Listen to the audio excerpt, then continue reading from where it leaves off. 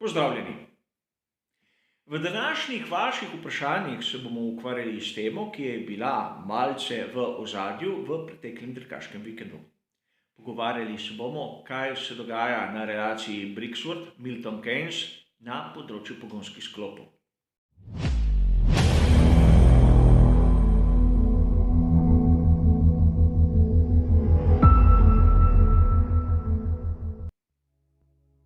Verjetno se je marsikateri navdušenec začel spraševati, kaj se dogaja v tistem oddelku Mercedesa, to se pravi HPP, High Performance Powertrain, da toliko pomembnih inženirjev zapušča strukturo ter se seli k Red Bullu.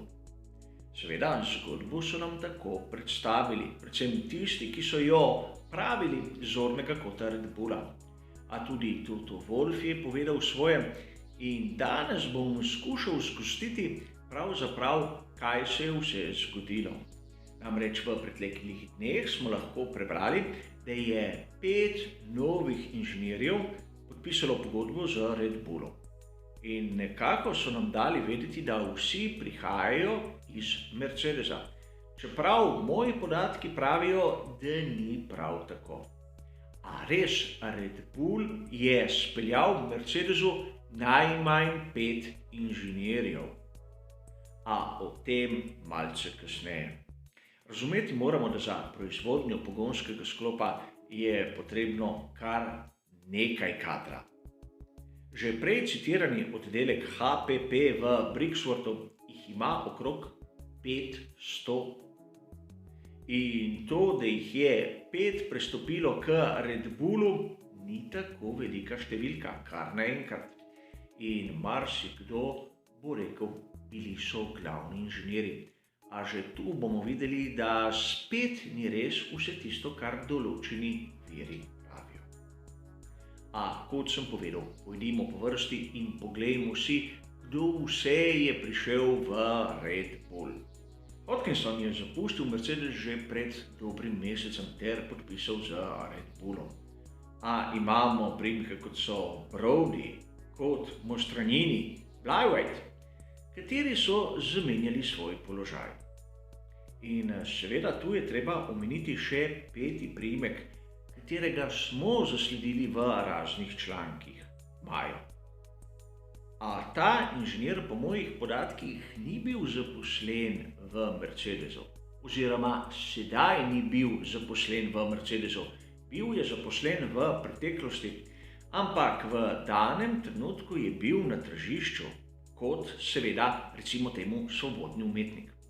Torej res, 5 inženirjev je prestopilo iz Mercedesa v Red Bull, ampak eden malce prej. Sedaj se moramo vprašati, gre res za tiste vodilne inženirje ali za inženirje, ki so nekako tam v drugem ali tretjem planu. Vsak inženir je pomemben in odgovoren za svoje področje. A vprašati se moramo, zakaj je prišlo do tega prestopa. Je res bila ponudba Red Bulla tako mamljiva, da jih je pritegnila, ali določeni kadri v Mercedesu so sprevideli, da ne bodo napredovali tako, kot si želijo. Seveda, vemo, pri Mercedesu je prišlo do menjave generacij in mnogi znotraj strukture verjetno so bili razočarani. Pogledal sem malce strukturo podjetja, kakšna mesta so zasedali ti posamezniki. In govorimo, da so zasedali tako imenovani team leader položaj.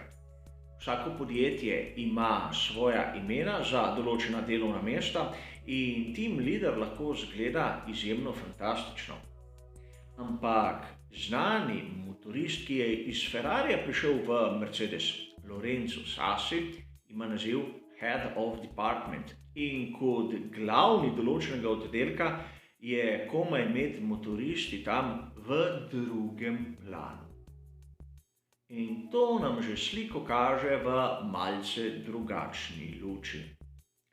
In tu se bomo zopet obrnili na Tota Wolffa, kateri je pokomentiral dogajanje pri svoji ekipi. Povedal je, da Red Bull je kontaktiral okrog 100 njegovih zaposlenih in od tega jih je prestopilo v Red Bull tam okrog 15. Torej, pokazali so nam samo tista najbolj zveneča imena, če jih lahko tako imenujem, tistih ostalih 10 oziroma 11 pa ni bilo niti omembe vrednih. Seveda, Andy Cowell je zapustil tudi tovarniško ekipo Mercedes in tudi njega so pri Red Bullu kontaktirali, ampak jih je zavrnil. In že to nam nekaj pove, kako uspešni so pri nabiranju novega kadra. Zato nekako razumem, da so šli v ta korak, kajti od nekje kader morajo dobiti, ampak to še ne pomeni, da Mercedesu so speljali tisto najboljše, kar so imeli na razpolago. Sveda, pri Mercedesu zmanjšujejo obseg tega dela svoje ekipe v Brixworthu. To pomeni, da jih bo moralo kar nekaj inženirjev zapustiti in ti si bodo morali dobiti nova delovna mesta. Med Brixworthom in Milton Keynesom je približno 34 km ali po tistih podatkih, ki so dosegljivi na spletu, 47 minut vožnje. Ko lahko razumemo, da marsikdo je sprejel to ponudbo, ki v bistvu ne bo spremenila njegovega življenja. Razumeti moramo tudi to, da če v Mercedesu imajo 500 zaposlenih v tem oddelku, ki se ukvarja s pogonskimi sklopi, s 5 ali 15 pri Red Bullu si ne bodo dosti pomagali. Seveda, prevzeli so del kadra, ki je ostal od Honde, a to še zdaleč ni dovolj.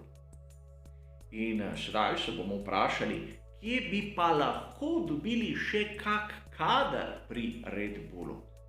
Namreč v Formuli 1 imamo 4 dobavitelje pogonskih sklopov.